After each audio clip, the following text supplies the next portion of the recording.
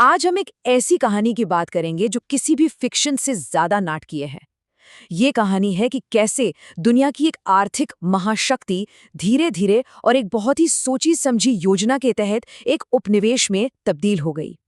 जरा सोचिए, 100 साल से भी पहले लिखे गए ये शब्द इस पूरी कहानी का सार बता देते हैं। ये कहानी दौलत की है, ताकत की है और एक ऐसे साम्राज्य की है जिसे किसी दूसरे देश की कीमत पर खड़ा किया गया था। तो सवाल ये उठता है कि आखिर ये हुआ कैसे? दुनिया की सबसे अमीर अर्थव्यवस्थाओं में से एक अचानक से एक उपनिवेश कैसे बन गया? देखिए, इसका जवाब किसी एक घटना में नहीं है, बल्कि ये व्यापार, राजनीति और चालाकी का एक ऐसा जाल था जिसे बहुत धीरे धीरे बुना गया था। चलिए, आज इसी गुत्थी को सुलझाने की कोशिश करते हैं। तो कहानी को ठीक से समझने के लिए हमें थोड़ा समय में पीछे जाना होगा, उस भारत में जो उपनिवेश नहीं था। जरा सोचिए इस नंबर के बारे में, 25%। उस वक्त पूरी दुनिया के जीडीपी का करीब करीब 1/4 हिस्सा अकेले भारत का था। मतलब चीन के साथ मिलकर भारत ही दुनिया की इकोनॉमिक सुपर पावर था। और ये सिर्फ नंबरों का खेल नहीं था। भारत के मसाले, इसका बेहतरीन सूती कपड़ा और रेशम दुनिया भर में मशहूर थे। यहाँ कीमती रत्न थे, शानदार कारीगरी थी। यूरोप से आने वाले यात्री तो इसे धरती का स्वर्ग कहते थे। और जाहिर है, यही बेशुमार दौलत थी जो यूरोप की ताकतों को अपनी ओर खींच रही थी। अब आते हैं कहानी के सबसे दिलचस्प और शायद सबसे हैरान करने वाले मोड़ पर, कि कैसे कंपनी जो सिर्फ व्यापार करने आई थी, देखते ही देखते पूरे देश पर राज करने लगी। ये भारत पर कब्जे की कहानी का सबसे अनोखा पहलू है। देखिए, ईस्ट इंडिया कंपनी जब वो आई तो उसने कहा कि हम तो बस मामूली व्यापारी हैं, और स्थानीय राजाओं ने भी विदेशी व्यापार का स्वागत किया। लेकिन असलियत कुछ और ही थी। ये कोई आम कंपनी नहीं थी। इसके पास अपनी खुद की सेना बनाने और यहाँ तक कि युद्ध छेड़ने का भी अधिकार था। अंग्रेजों ने सिर्फ तलवार के दम पर राज नहीं किया, उन्होंने चालाकी का ज्यादा इस्तेमाल किया। और उनके सबसे असरदार चाल थी फूट डालो और राज करो। उन्होंने भारत के अलग अलग रजवाड़ों के बीच की दुश्मनी का भरपूर फायदा उठाया। तो सवाल है, ये पॉलिसी काम कैसे करती थी? बहुत सिंपल था। पहले 2 दुश्मनों को पहचानो, फिर एक को अपनी मिलिट्री मदद ऑफर करो, और जब वो जीत जाए तो उससे अपनी कठपुतली बनाकर पर्दे के पीछे से असली राज करो। इसका सबसे बड़ा उदाहरण है 1757 की प्लासी की लड़ाई। अंग्रेजों ने बंगाल के नवाब के सेनापति मीर जाफर को नवाब बनने का लालच दिया। नतीजा, मीर जाफर की सेना ने लड़ाई में हिस्सा ही नहीं लिया, और इस एक धोखे ने जंग का और भारत के भविष्य का रुख ही पलट दिया। और ये सिलसिला यही नहीं रुका। उन्होंने कुछ बहुत ही शातिर नीतियां बनाई, जैसे सहायक संधि। इसके तहत भारतीय राजाओं को अपनी सुरक्षा के लिए ब्रिटिश सेना रखनी पड़ती थी, और उसका पूरा खर्च भी खुद ही उठाना पड़ता था।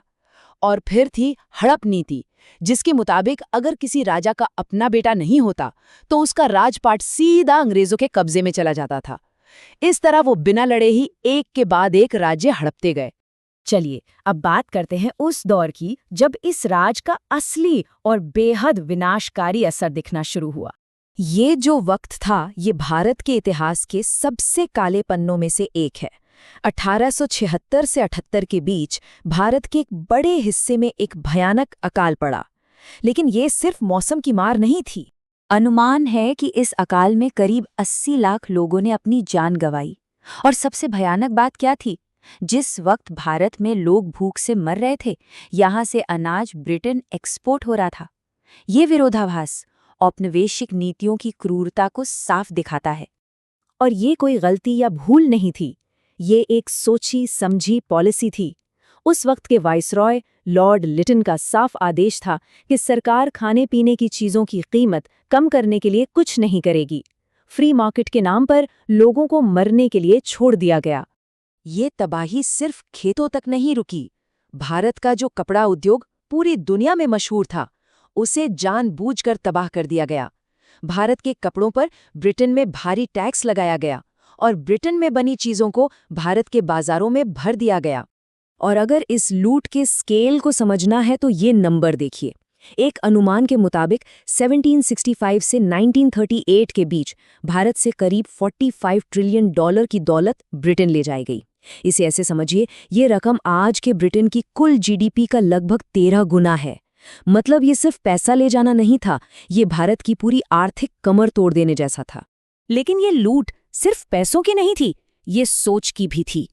थॉमस मैकॉले की शिक्षा नीति का मकसद था ऐसे भारतीय तैयार करना जो दिखने में तो भारतीय हों, पर जिनकी सोच, पसंद और तरीके अंग्रेजों जैसे हों। इसने भारत के पारंपरिक ज्ञान और शिक्षा व्यवस्था को बहुत नुकसान पहुंचाया।